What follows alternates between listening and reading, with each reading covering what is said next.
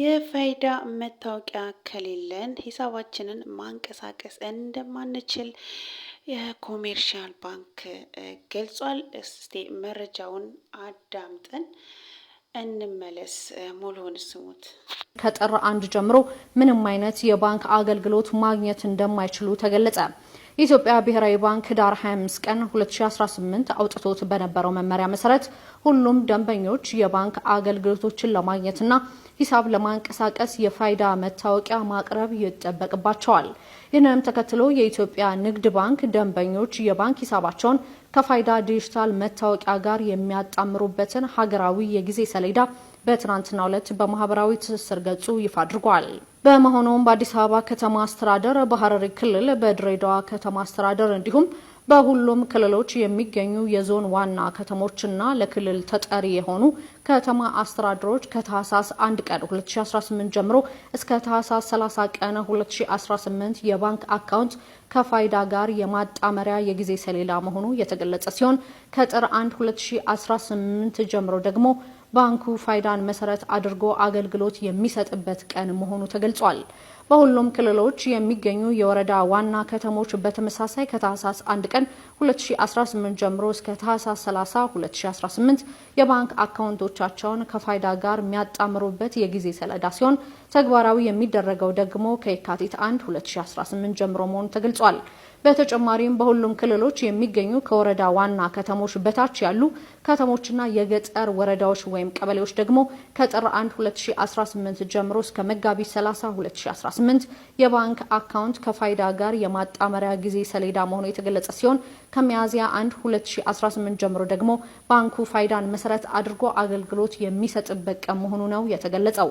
በመሆኑም ደንበኞች የኢትዮጵያ ብሔራዊ ባንክ ባወጣው የጊዜ ሰሌዳ መሰረት ተግባራዊ ካላደረጉ ምንም አይነት የባንክ አገልግሎት ማግኘት የማይችሉ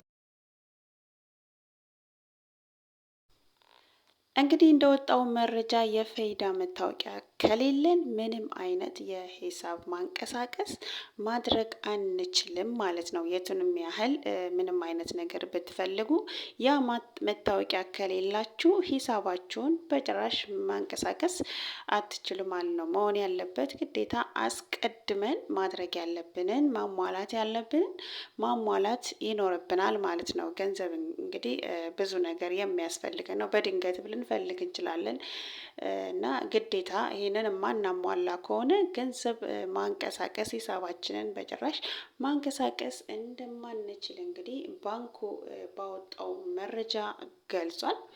ጥር 1 ጀምሮ ምንም አይነት የባንክ አገልግሎት ማግኘት አይችሉም። ይህንን ካላሟሉ ከዛ ቀን ጀምሮ ምንም አይነት እንቅስቃሴ ማድረግ አይችሉም ማለት ነው። ሂሳቡን ህዳር 25 2018 ቀን አውጥቶት የነበረውን መመሪያ መሰረት ሁሉም ደንበኞች የባንክ አገልግሎትን ለማግኘት ሂሳብ ለማንቀሳቀስ ሲፈልጉ የፋይዳ መታወቂያ ማቅረብ ይጠበቅባቸዋል ማለት ነው። ኢትዮጵያ ንግድ ባንክ ደንበኞች ባንክ ደብተራቸውን ከፋይዳ መታወቂያ ጋራ ማጣመር ግድ ይላቸዋል እያለ ነው ባንኩ። እንግዲህ ሁላችሁም የሚመለከታችሁ እንግዲህ የኢትዮጵያ ንግድ ባንክ ተጠቃሚዎች የሆናችሁ ይህን ነገር ማስተካከል ይኖርባቸዋል ማለት ነው። አብዛኛው 95% ደግሞ ይህንን ባንክ የሚጠቀምና የሚመለከተው ነው። እንግዲህ እኛም የማዳም ቅመሞችን ትንሽ ሊያስደነብር ይችላል። እንዴት ነው እኛስ እንዳትሉ፣ ባንኩ ደግሞ ይህን በማስመልከት ደግሞ የራሱ የሆነ አሰራር ይኖራል ብዬ ስለማስብ ማለት ነው። መቼም ያው በደፈናው የሚሆን ነገር ስለሌለ አገር ላይ ለሌሉ ሰዎች ደግሞ የራሱ የሆነ አሰራር ይኖረዋል ብዬ አስባለሁ። ስለዚህ በቅርብ ያላችሁ ግን የሚመለከታችሁ ጉዳዩን አይታችሁ ማስተካከል ያለባችሁን ነገር ማስተካከል ግድ ይላችኋል ማለት ነው።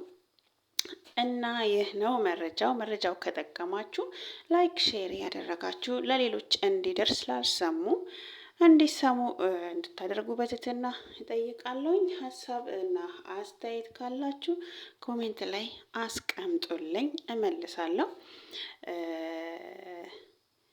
በሚቀጥለው ደግሞ ሌላ መረጃ ካለ የማቀርብላችሁ ይሆናል። የዛሬ ቪዲዮ እዚህ ጋር ያበቃል። ሼር እያደረጋችሁ እንድታበረታቱኝ